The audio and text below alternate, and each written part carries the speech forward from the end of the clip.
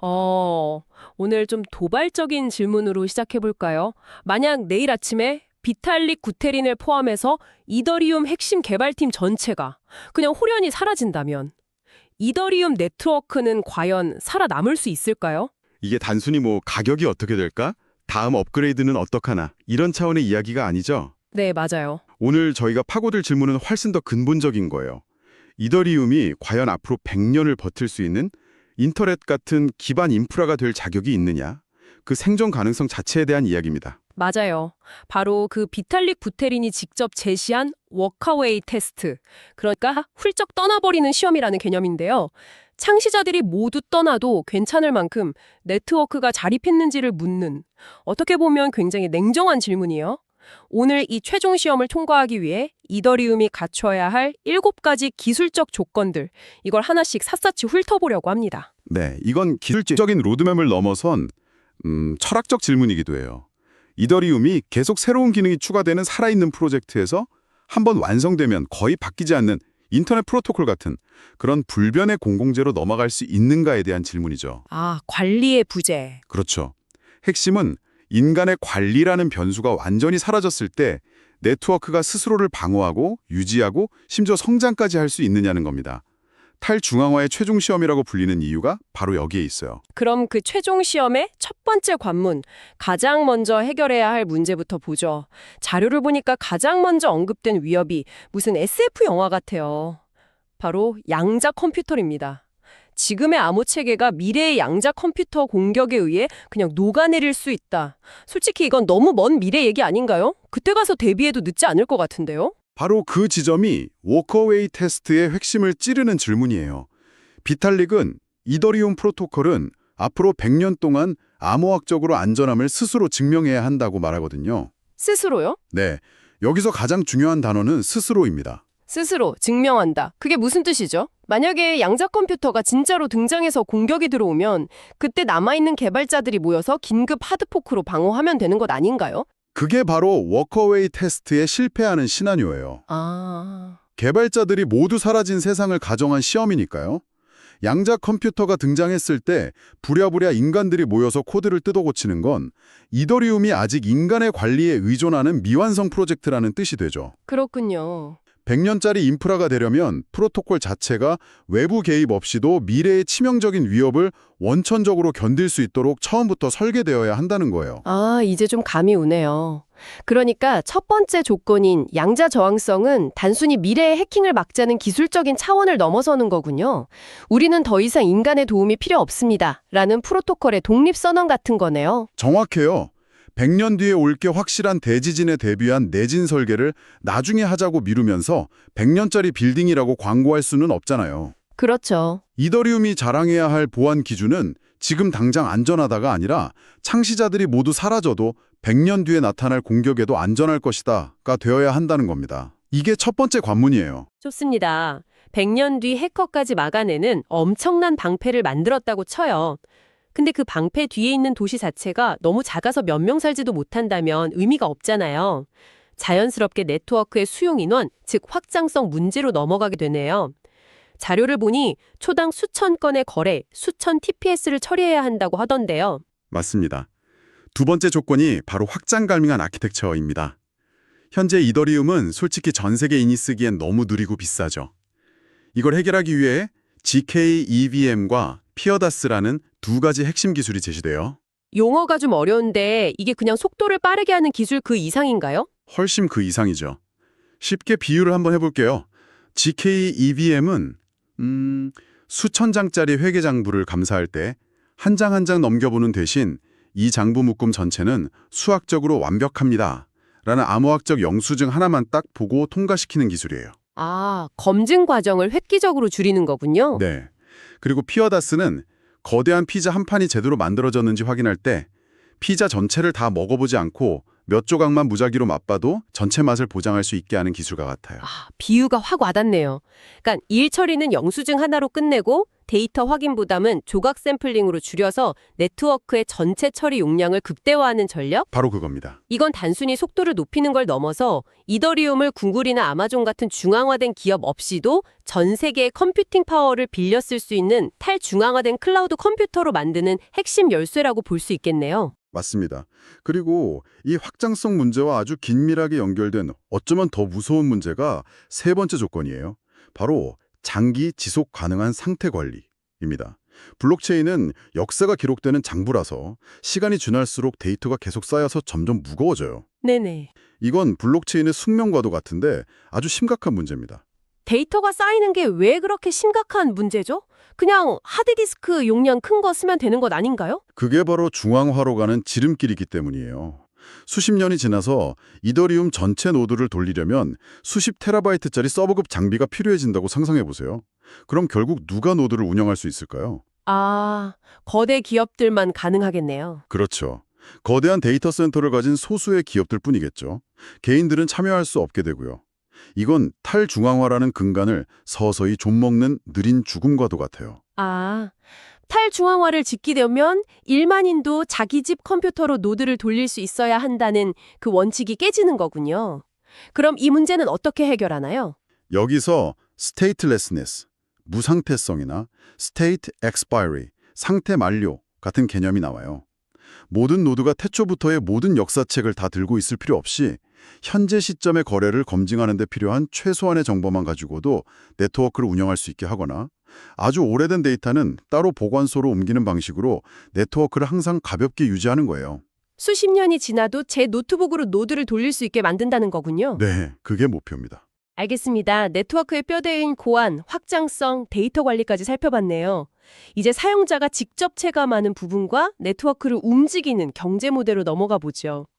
네 번째 조건으로 계정 추상화라는 개념이 나오던데 솔직히 이건 들을 때마다 좀 추상적으로 들려요. 이게 왜 그렇게 중요한가요? 네 번째 조건인 계정 추상화는 사용자 경험과 보안을 동시에 잡는 어쩌면 대중화의 가장 중요한 열쇠일 수 있어요. 지금 우리가 쓰는 이더리움 지갑은 대부분 ECDSA라는 방식의 개인키로 서명하잖아요. 이 개인키, 즉 비밀번호를 잃어버리면 모든 자산을 그냥 날리는 거고 복구할 방법도 없죠. 맞아요. 저도 항상 그게 불안해요. 실수 한 번에 전 재산을 잃을 수 있다는 공포가 블록체인 사용의 가장 큰 장벽 중 하나인 것 같아요. 솔직히 이 얘기를 들으니 제가 쓰는 지갑이 원시적으로 느껴지네요. 매번 종이에 적어놓은 시드 문구를 금고에 넣어두면서 이게 최선인가 싶었거든요. 계정 추상화는 바로 그 문제를 정면으로 해결해요. 지갑 자체를 프로그래밍이 가능한 똑똑한 스마트 컨트랙터로 만드는 거예요. 지갑을 스마트 컨트랙트로요? 네. 예를 들어서 하루에 100만 원 이상 송금하려면 아내의 서명도 같이 받아야 한다거나 키를 분실했을 때 미리 지정해둔 친구 3명 중 2명의 동의를 받으면 복구할 수 있다 같은 규칙을 직접 프로그래밍할 수 있게 되는 거죠. 잠시만요. 그게 결국 지갑을 스마트 컨트랙트로 만든다는 건데 그럼 그 지갑 컨트랙트에 버그가 있으면 개인 키를 잃어버리는 것보다 더 위험한 상황이 생길 수도 있는 건 아닌가요? 아주 날카로운 지적이에요. 그래서 표준화되고 충분히 감사받은 컨트랙트 템플릿을 사용하는 것이 중요해지죠. 하지만 그 리스크를 감수하더라도 얻는 이점이 훨씬 커요. 개인 계정이 아니라 마치 법인 계정처럼 다양한 규칙을 설정할 수 있게 되면서 드디어 암호화폐 지갑이 일반적인 은행 계좌만큼이나 안전하고 편리하게 느껴질 수 있는 길이 열리는 겁니다. 이건 정말 거대한 변화예요. 그렇군요. 그럼 다섯 번째 조건으로 넘어가 보죠. DOS 공격에 강한 가스 모델. 흔히 가스는 그냥 수수료라고만 생각했는데 이게 네트워크를 지키는 방어막이라는 설명이 흥미로웠어요. 가스는 단순한 수수료가 아니라 네트워크의 한정된 자원을 보호하는 정교한 경제적 방어 시스템이에요. 예를 들어 악의적인 공격자가 아주 값싼 연산을 수행하는 별 의미 없는 거래를 수백만 개씩 일으켜서 네트워크 전체를 마비시키려 할 수 있거든요. 이걸 서비스 거부, 즉 DOS 공격이라고 하죠. 스팸 메일 수백만 통을 보내서 메일 서버를 다운시키는 것과 비슷한 원리군요. 맞아요. 현재 가스 모델은 특정 종류의 연산에 대해 비용이 너무 낮게 책정되어 있어서 이런 공격에 취약한 부분이 있어요. 그래서 다섯 번째 조건은 가스 모델 자체를 하나의 정교한 경제적 방어 전력으로 보고 CPU 사용량, 저장 공간 사용량 등 모든 종류의 자원에 대해 합리적인 비용을 부과하도록 재설계해야 한다는 겁니다. 아, 네트워크의 면역 체계를 강화하는 것과 같네요. 네, 바로 그거죠. 알겠습니다. 결국 이 모든 기술적 조건들의 근본적인 목표는 탈중앙화를 지키고 강화하는 것일 텐데요. 여섯 번째 조건이 바로 그 핵심을 찌르는 것 같습니다. 지속 가능한 POS 경지 모델. 지분 증명 시스템의 장기적인 문제점을 지적했더군요. 네, 이건 좀 어려운 문제예요. 현재 스테이킹 구조가 장기적으로는 괜찮을까 하는 자문이죠. 예를 들어 스테이킹 모상으로 얻은 이더리움을 다시 스테이킹하는 복리 효과 때문에 시간이 흐를수록 더 많은 자본을 가진 소수에게 부와 네트워크 영향력이 집중될 수 있다는 우려가 있어요. 부익부 빈익빈 현상이 블록체인 네트워크의 거버넌스에도 나타나서 결국 새로운 귀족 계급이 탄생할 수 있다는 거네요. 그렇죠. 그 비유가 와닿네요. 그렇다면 현재의 POS 모델은 겉보기엔 공정해 보이지만 사실상 시간이 지날수록 부가 한쪽으로 쏠리게 설계된 숨겨진 불평등이 있는 시스템이라고 볼 수도 있겠군요. 무섭네요. 그래서 지금 당장 공정한가를 넘어 수십 년 뒤에도 이 인센티브 구조가 계속 공정하게 유지되어 탈중앙성을 훼손하지 않을 것인가를 물어야 해요.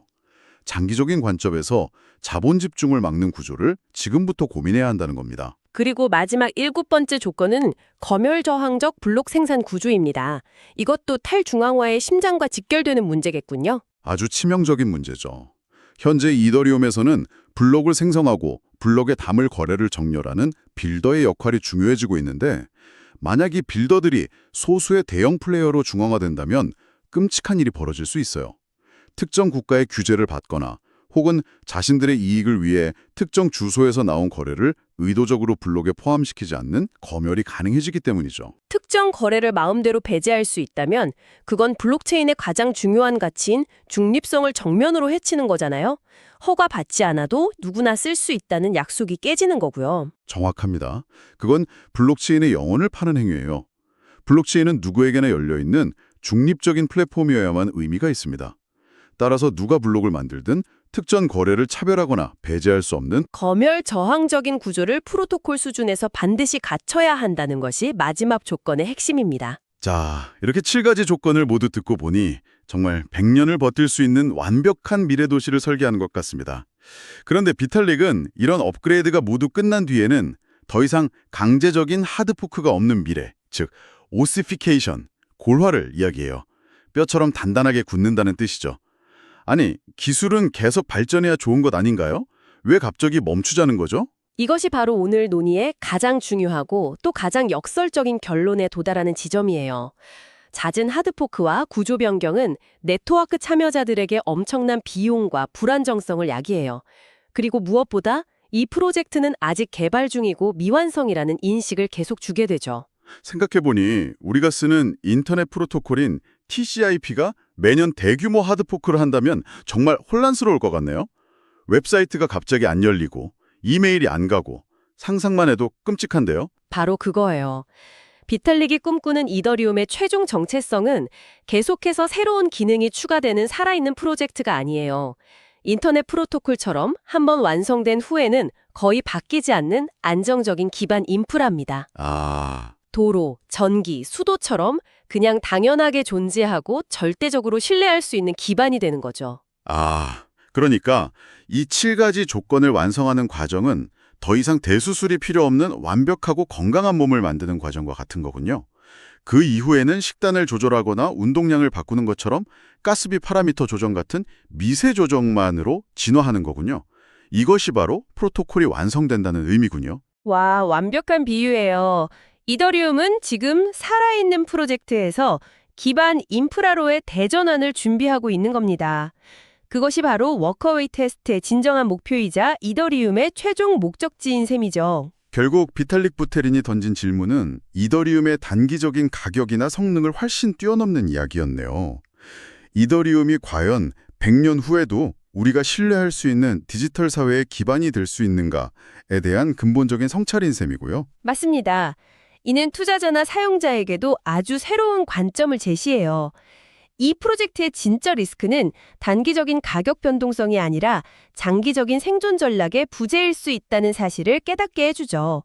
단거리 경주가 아니라 마라톤이라는 걸요. 오늘 이 논의는 앞으로 어떤 블록체인 프로젝트를 평가할 때 그저 현재의 기술력이나 마케팅이 아니라 그들의 기술 로드맵이 얼마나 먼 미래의 위협까지 진지하게 고려하고 설계되었는지를 보게 만드는 중요한 기준이 될 것 같습니다. 그렇습니다. 그래서 여러분께서도 한번 생각해 보시면 좋겠어요. 우리가 지금 사용하고 투자하는 이 기술이 과연 창시자들이 모두 사라진 100년 뒤에도 스스로 살아남아 묵묵히 작동할 수 있도록 설계되어 있을까요?